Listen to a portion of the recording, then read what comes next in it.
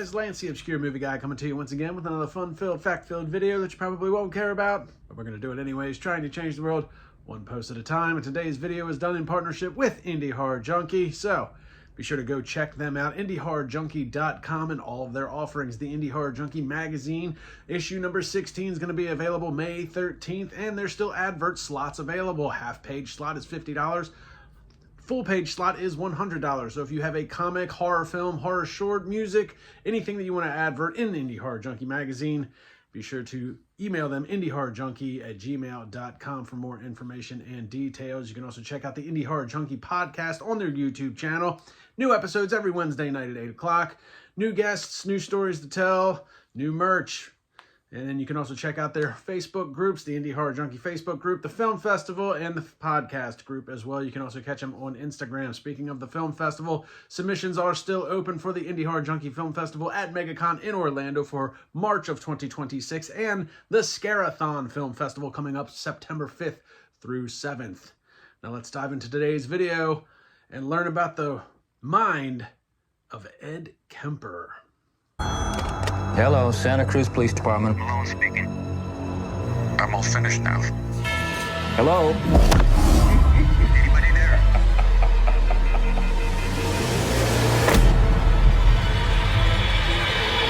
There's sunshine in this endless jungle. And this apparently was a grisly pattern set in the death of a girl whose body parts were found scattered from here in Santa Cruz to all over the state.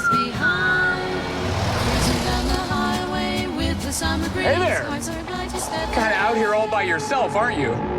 You know, I don't want to scare you or anything, but you know, some pretty horrible things have been happening. I don't like the idea of leaving you out here like this. There's something seriously wrong with him. I mean, I feel guilty as his mother, but he's just not right. Hey, Ma. I hope you're happy now. I killed Grandma and Grandpa. To grow and develop as human beings, we must embrace and study what we've done. You're special. One day, your ma and the whole world will know that. What are those? Oh, just some pictures. Just me and some friends. You got friends.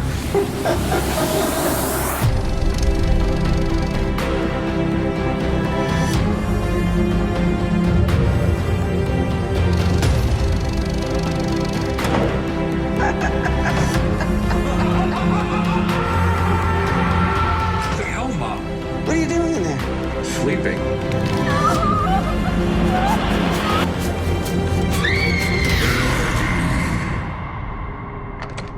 All I want is for you to be proud of me.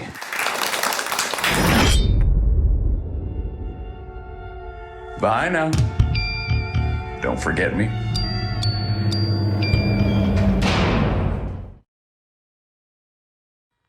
Now, some of you might be familiar with the name Ed Kemper, but for those who aren't, this movie is based on the very, very real story of Edmund Kemper, who was a serial killer in Santa Cruz, California, and between May of 1972 and April of 1973 killed 8 women, one of which was his mother. And even prior to that, at the age of 15, he killed his grandmother and grandfather. This movie was written by Stephen Johnston and Chad Farron. Farron also served as director on the film, and I'm not going to lie to you, folks. This is a really fucking hard watch, and we're going to dive into why. Now, when I say this movie is a hard watch, it actually has nothing to do with the actual production quality or the way this movie played out. This is actually a very, very good film. It is a hard watch because Ed Kemper is an absolute monster of a human being, and it depicts the killings between 72 and 73 in this film, and that is their main focus in this film. I don't have a lot of complaints from a fundamental standpoint about this movie. The directing is brilliant. The writing is spot on. Actually, if you watch the movie and then go do a little bit of research on Ed Kemper, you'll see how accurate the film is. They do leave a lot of stuff out because this does kind of focus on just that pretty much that year in which he was doing the killings. There's very little as far as, there's enough background story as a child as to why he turned out the way he did and what the possible reasonings were for his outcome. But they don't dive into like any of his actual personal relationships. He did have like one personal relationship at some point with a girl, almost got engaged. They don't go through any of the trials or anything like that. This specifically just encapsulates the year that he was doing these killings, what was going through his mind, his psyche. So it's very well written. It's very well directed. It's extremely well acted. It's a hard watch because the nature of the murders is, it's just tough. It's just a tough watch for me personally. I don't do well with, rape, necrophilia, sexual assault. I don't do well with those things for personal reasons. So it was a hard watch for me, but it doesn't mean it's a bad movie. Like, it's a hard watch because of the nature of the content. It's not a hard watch because it's bad quality or bad audio or anything like that. This movie really is really a good movie and really well done. I'm sorry to say I'll probably never watch it again. But man, it's a good movie, but fuck, it's a tough one to watch and get through. So as I said, Stephen Johnston co-wrote this, and he's got a history of writing movies very similar to this. He's done movies back in the early 2000s that chronicalized Ed Gein, Ted Bundy, The Hillside Strangler. So this is something that he's very familiar with and very good at. I'll say that much. And Chad Farron co-wrote it and then directed it, as I said earlier. So this wasn't anything new to Stephen Johnston. And it's not a departure from anything that he's done. And I think that's why it is so well done, is because he's been down this avenue before. And I think I haven't watched any of those other movies. I probably won't. But if I had to take a guess, if they're anything like this one, the accuracy in those movies is going to be pretty spot on with the known knowledge of those serial killers. Obviously, Ed Kemper, Ted Bundy, they've been chronicalized numerous times. I think most recently, in Mindhunter on Netflix, which I think Netflix is also getting ready to do another season of that featuring the Chronicles of Ed Gein. So, and if you're not familiar with Ed Gein, well, he was the inspiration for the Texas Chainsaw Massacre. Real weirdo there too. So, but like I said, this movie, man, it's a tough watch. But it is really, really well done. And the writing in it, even though it chronicalizes the year that he's doing these killings, it's really fascinating to watch because, Ed Kemper, the guy's a 6'9" monster for his killings, but he doesn't ever come off that way. It's very weird because the guy that played him in this movie, Brandon Kirk, and that guy needs to get an award. He should get an Oscar for this portrayal. It's ridiculous how well Brandon Kirk did acting as Ed Kemper, because it's a very, very complex character. And it's a very complex writing of the character, because what I run into is, this guy kills his grandparents as a 15-year-old, and you're kind of like, whack job.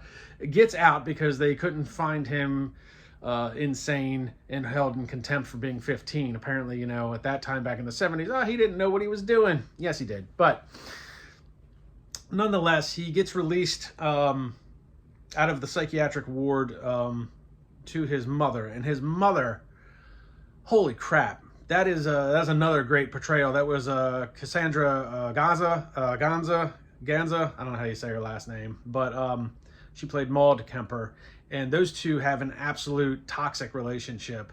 And you almost feel bad for Ed at certain parts, and it's easy to forget what a freaking monster he is until he's actually doing the killings and the necrophilia, and you're like, okay, guy's completely out of his mind. And then you see what he's dealing with at home with his mother, and you're like, Christ, she's a monster too. She's an absolute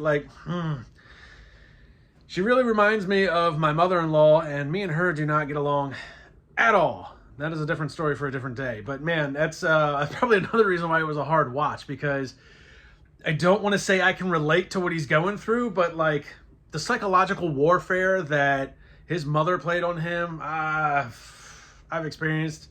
I don't like. It's fucking brutal. And and you're just gonna have to excuse my language for this video. I usually don't cuss this much on my videos, but this movie just very contentious throughout the film. But like the mother-son relationship that those two had was completely toxic, and realistically, you know, as a kid, his father left, and I guess his mother blamed him for it and ended up locking him in the basement and treating him like crap as a child. You know, and then as a teenager, he kind of, you know, snaps a little bit, kills his grandparents. And it's just, I don't even know how to put into words the portrayal of this character, because Brandon Kirk, like, it's weird because, like, on one hand, you know, you've got this guy who's a serial killer and absolutely, like, I mean, dismemberment, decapitation, necrophilia, and you're like, what the is going on in this guy's mind? And then on the other hand, you're like, oh, well, she's a bitch. No wonder he wants to get out and do things. And I guess it all kind of leads up, you know, he really, what it alludes to is that really the ultimate goal, he always wanted to kill his mother, but he also wanted this relationship with his mother, you know, which is quite the paradox. So, you know, throughout these killings, it's him taking out his anger and aggression that he has towards his mother, but he's doing it on other women. Really, he should have just killed his mother to begin with and just been done with it all. Man, Brandon Kirk, that's a complex character, and I got to give a nod to him because he does everything in this film. I mean, he acts. Not only is he acting as Ed Kemper, but, you know, if you don't know anything about, even if you don't know anything about Ed Kemper, the real life person, you can watch this and see that this is a very complex character to try and portray, where you have to show some sort of vulnerability when it comes to dealing with, you know, your mother, but you have to show some absolute authoritarianism when you're doing the killings. And, you know, he puts himself out there. Literally, he puts himself out there in the film a lot. You know, and there's something to be said about that. And it was weird to me because as uncomfortable as it was to watch, the actors and actresses don't seem like they're uncomfortable with what they're doing. It was very professionally done. It was very well shot. Nothing seemed to be, you know, forced in any scenario from a you know, actor standpoint. They knew what they were getting into when they signed up, and everybody seemed comfortable on screen with what was going on. And I don't mean that like in a bad way, like, oh, they're comfortable killing people. That's not what I'm talking about. Like, they knew the nature of what the movie was and they accepted it and they executed it very well. On-screen chemistry, I mean, a lot of that has to go to Cassandra and Brandon. I mean, obviously they're the two main characters in the film, but even the sub-characters, the girls that get killed, when they're interacting with Brandon Kirk as Ed Kemper, like, it all seems very natural. Again, nothing seems forced out of the ordinary. It's all very compelling and very surreal and very real at the same time. Mad props to the special effects department. I have to bring that up because Joe Castro, who I got to meet this past February at MegaCon and got a Lifetime Achievement Award from Indie Horror Junkie. Joe Castro, he's in the film. He's the devil. You know, as a kid locked up in the basement, you know, Ed Kemper, you know, I don't know how true that part of it is, but, you know, admirations of either seeing the devil or the devil was just finding a way into his mind and causing this chaos. So there's a couple of quick scenes with Castro as the devil, but he's also the special effects artist on the film. And it is amazing. Like, it's scary amazing how well the special effects was done. I saw him do a live demonstration at MegaCon, and I was like, and that was kind of more like a science fiction type thing. It was a large brain. It was kind of gooey, and it was kind of like done like a more family friendly comic book type thing. But this stuff was like next level, like torsos, decapitated heads, arms. I mean, it's a lot. And Joe did an amazing job, and I can see why Indie Horror Junkie and Rick Danford gave him that Lifetime Achievement Award. The guy's been doing it for a long time, and he is freaking good at it. It is scary. This movie is... It's a tough watch, but it's freaking really well done. I mean, it's damn near perfect. I mean, I think the IMDb rating right now is like 8.8. Absolutely. I give it a 9 just because I don't know what the perfect movie is except for Smokey and the Bandit. So I don't want to give it a 10 because I'm not going to watch this again because of the content of the nature or the nature of the content. But check it out. It was released on April 8th. It's video on demand. If you are into the serial killer type thing, especially the real life serial killer type stuff, the Ted Bundys, the BTK killer, Hillside Strangler, if you're not familiar with Ed Kemper, go get yourself familiar. The movie only runs about an hour and a half, and it actually paces along really well. I remember at one point I was watching it and I had to pause it to go do something, and I was like, holy crap, I'm only 22 minutes into this thing. And the way it was paced out, you just felt like you were much further into the movie, but it doesn't feel rushed. It's all perfectly set out, and things just, everything that happens in the movie is to move the plot along as it should be. And it's just extremely well done. So mad props to everybody involved in this film. This was a really good film. It is a really hard watch, but Stephen Johnston, Chad Farron, awesome job writing it and directing it. Brandon Kirk, dude, I don't know where you've been. If this doesn't get you some recognition, I don't know what will. I mean, Ed Kemper is such a complex character. I don't know how else to describe it. Like, you look at him and you see him acting, he's fucking Peter from Deadpool 2. That is what you're getting when you watch this, until he decides to turn around and shoot you in the face. It's unbelievable. Brandon Kirk, awesome job. Cassandra Gava, I think is what it is. Amazing job as his mother, Maud. I mean, just the contentious relationship that those two have is unbelievable. The screen chemistry is just amazing. And there is even a couple of scenes where, like, you think that they're finally going to have this breakthrough in their relationship, and, you know, something just flips off with one of them. One or the other just sets them off, and it's back to square one. So incredibly well done. Very, very good movie. I do highly recommend this one. It is a hard watch if you're not into the serial killers, the rape, the necrophilia, the stuff like that. But regardless, it is a good movie. So great job, guys. Go check it out. Video on demand. It was released April 8th. You can pick it up Amazon Prime and other major streaming platforms. Like, subscribe, and comment to my YouTube channel, and I will see everybody in the next video.